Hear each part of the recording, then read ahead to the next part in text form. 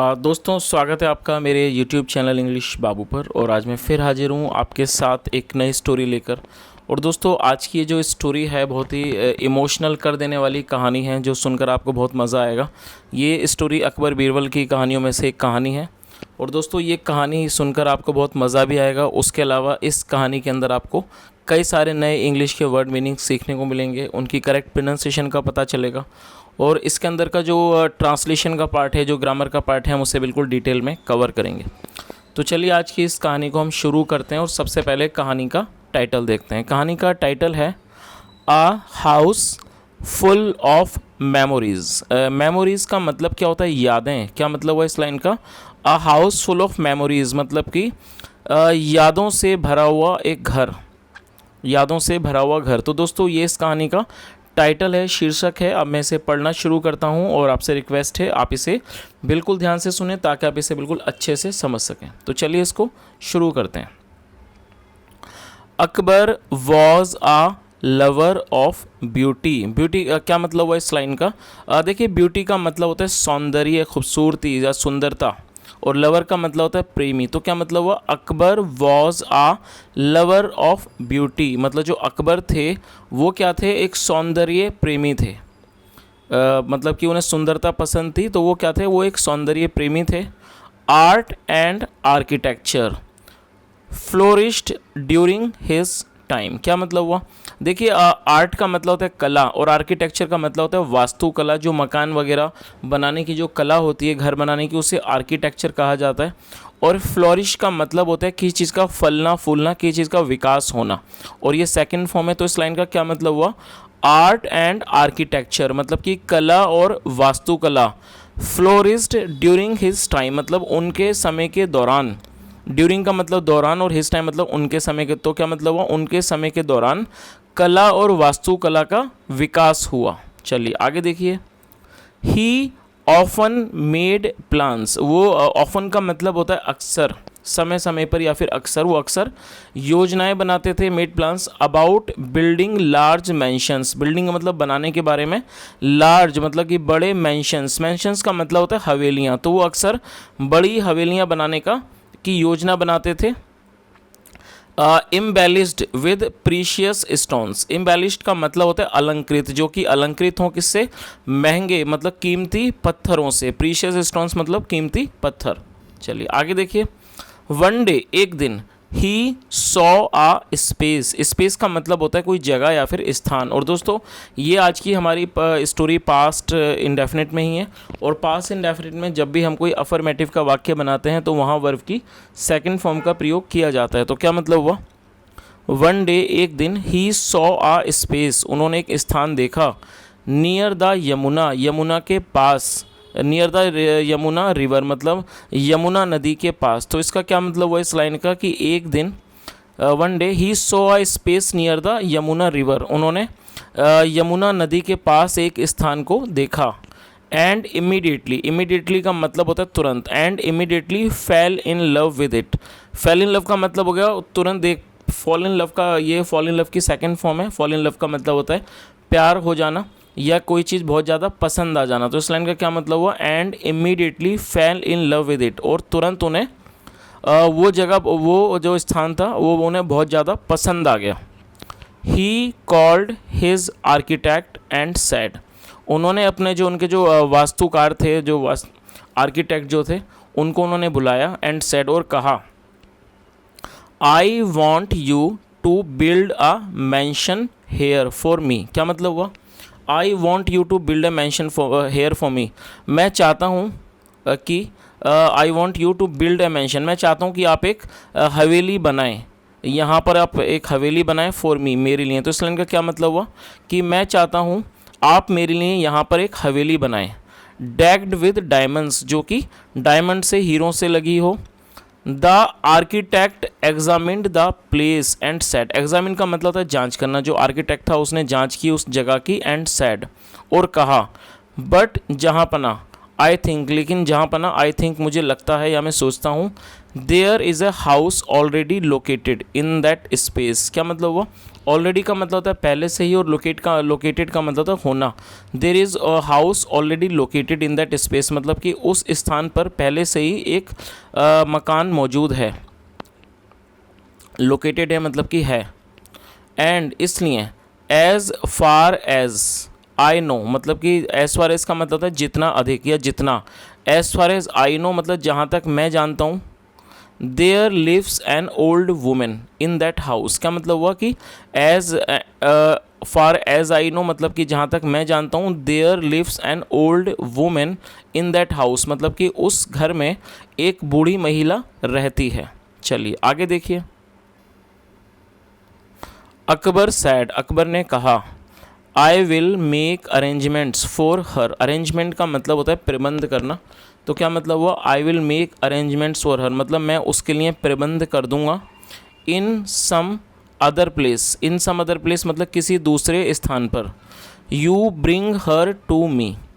Bring का मतलब होता है लाना, और ये इम्पेरेटिव वाक्य है। तो क्या मतलब हुआ? You bring her to me, आप उसे मेरे पास लाओ।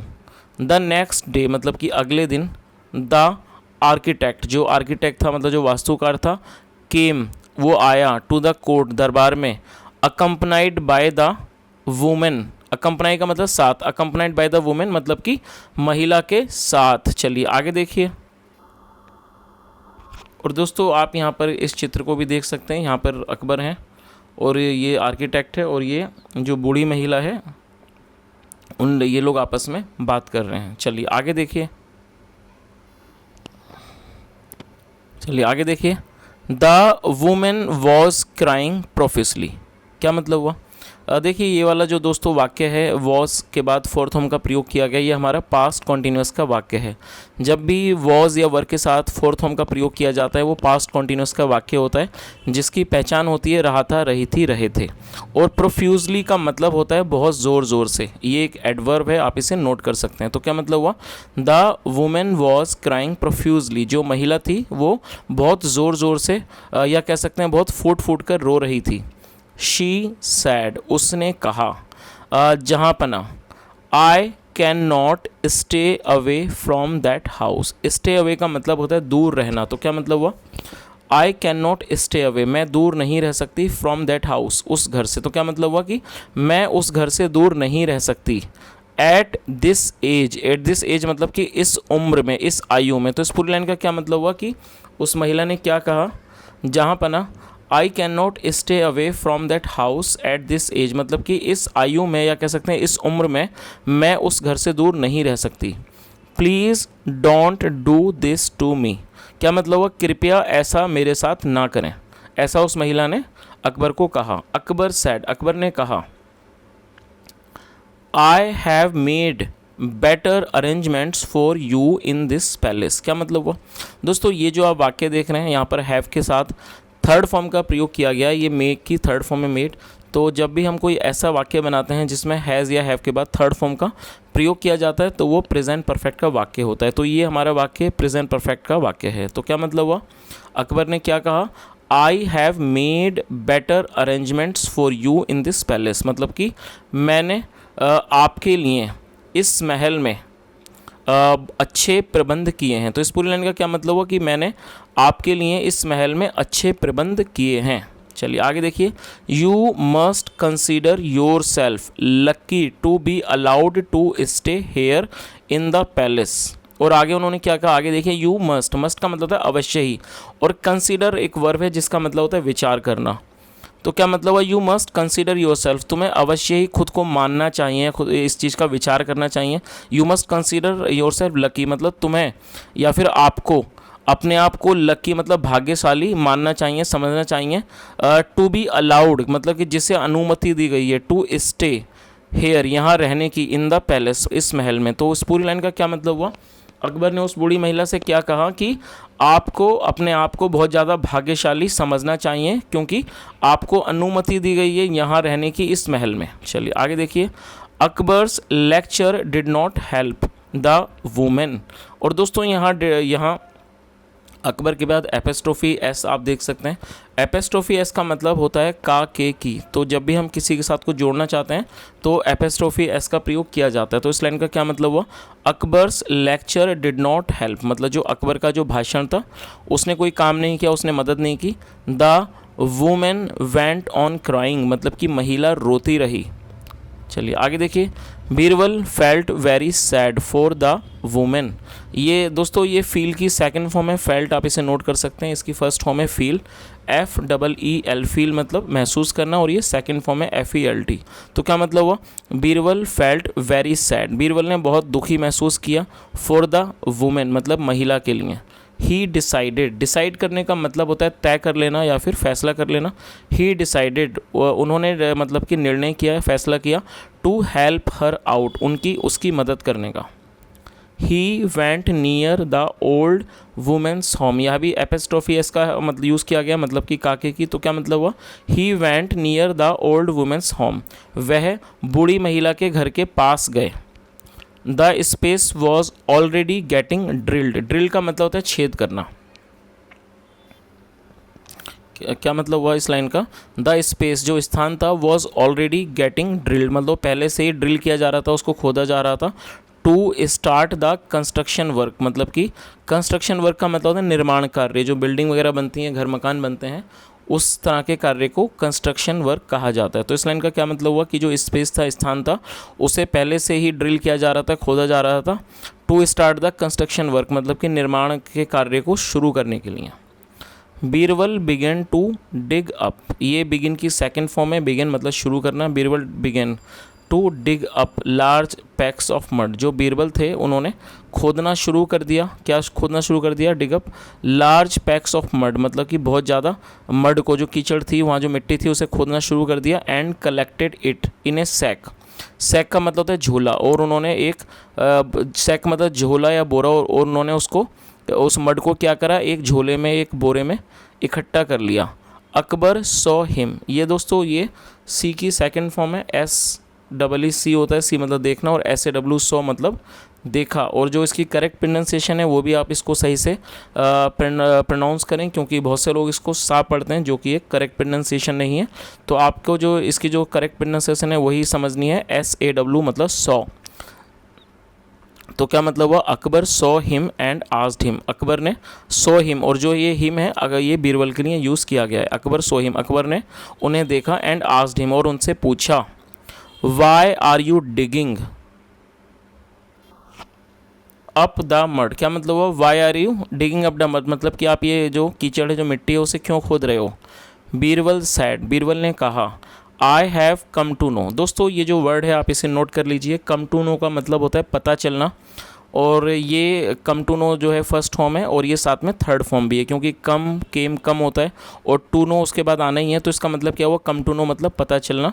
और ये जो वाक्य है ये प्रेजेंट परफेक्ट का है, क्योंकि यहाँ पर हैव के बाद थर्ड फॉर्म का प्रयोग किया गया है। तो आप इस वर्ड की मीनिंग भी नोट कर सकते हैं, कम टू नो मतलब पता चलना, और ये थर्ड फॉर्म के रूप में से यूज़ किया गया है। तो क्या मतलब हुआ, बीरबल सैड, बीरबल ने कहा, I have come to know, मुझे पता चला है, फ्रॉम अ ग्रेट एस्ट्रोलॉजर, एक महान ज्योतिषी से, दैट की डिगिंग ऑफ मड, जो डिगिंग ऑफ मड मतलब कि जो मिट्टी का खोदना है, फिर कीचड़ का जो खोदना है, विल हेल्प ह्यूमन बींग्स, वो ह्यूमन बींग्स की मतलब कि लोगों की, मतलब जो मानव है उनकी मदद करेगा। Will help human beings to reduce their sins, उनके रिड्यूस मतलब घटाना उनके, और सिन का मतलब होता है पाप, आप इस वर्ड को भी नोट कर सकते हैं। तो उन्होंने क्या कहा कि मैंने एक बहुत बड़े, एक महान जो ज्योतिषी हैं उनसे सुना है कि जो मिट्टी का जो खोदना है या फिर कीचड़ का जो खोदना है वो हेल्प करेगा ह्यूमन बींग्स की, मतलब कि लोगों की, टू रिड्यूस देयर सिंस, उनके पापों को घटाने में ये मदद करेगा।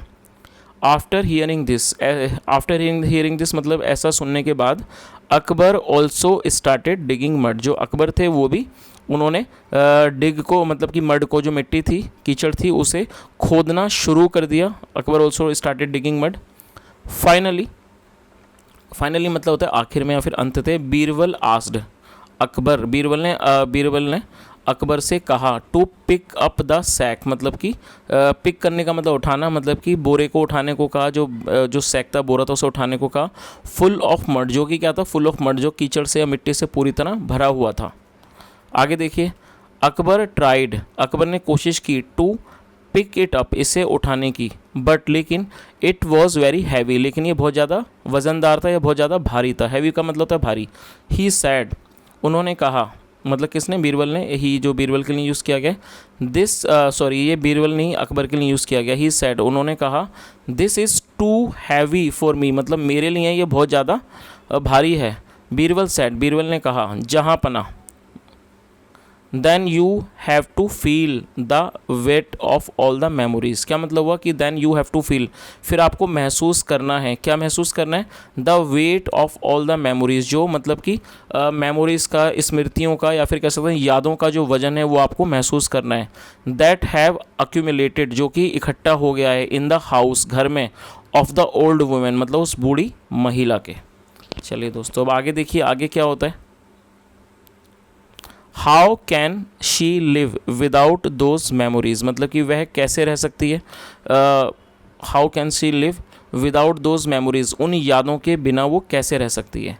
This house is itself a memory for her, मतलब ये जो घर है वो अपने आप में ही, इटसेल्फ मतलब अपने आप में ही, this house is itself a memory for her, मतलब ये घर अपने आप में ही उसके लिए एक याद है। Akbar realize his fault, fault का मतलब होता है दोष या फिर कमी। जो अकबर थे उन्हें अपने जो कमी थी, जो अपना दोष था, उसका उन्हें एहसास हुआ। ही ऑर्डर्ड हिज मैन, उन्होंने जो उनके आदमी थे उनको आदेश दिया, टू रिट्रीट, वाप पीछे हट जाने का, फ्रॉम दैट प्लेस, उस स्थान से, and asked the old women, और बूढ़ी महिला को कहा, टू रिटर्न, वापस जाने को कहा, टू हर होम, अपने घर, विदाउट एनी फियर, बिना किसी भी डर के। तो दोस्तों ये एक छोटी सी लेकिन बहुत सुंदर सी कहानी थी। जैसा हमने देखा कि वो जो बूढ़ी महिला थी, तो दोस्तों जैसा आपने देखा इस स्टोरी में, वो जो बूढ़ी महिला थी वो अपना घर के छोड़ना नहीं चाहती थी। जाहिर सी बात है, व्यक्ति जहाँ पर रहता है उस घर के साथ उसकी यादें भी जुड़ी होती हैं। तो बीरबल ने अपनी बुद्धिमानी से अकबर को समझाया और अकबर ने उस बूढ़ी महिला का घर उसे वापस कर दिया। तो दोस्तों मैं उम्मीद करता हूँ आज की जो कहानी है आपको अच्छी लगी होगी, पसंद आई होगी, और यदि आपको मेरा प्रयास भी अच्छा लगा हो तो आपसे रिक्वेस्ट है वीडियो को लाइक करें, शेयर करें, चैनल को सब्सक्राइब करें और कमेंट करके ज़रूर बताएं आपको कहानी कैसी लगी। सुनने के लिए thank you so much. Have a nice day and bye.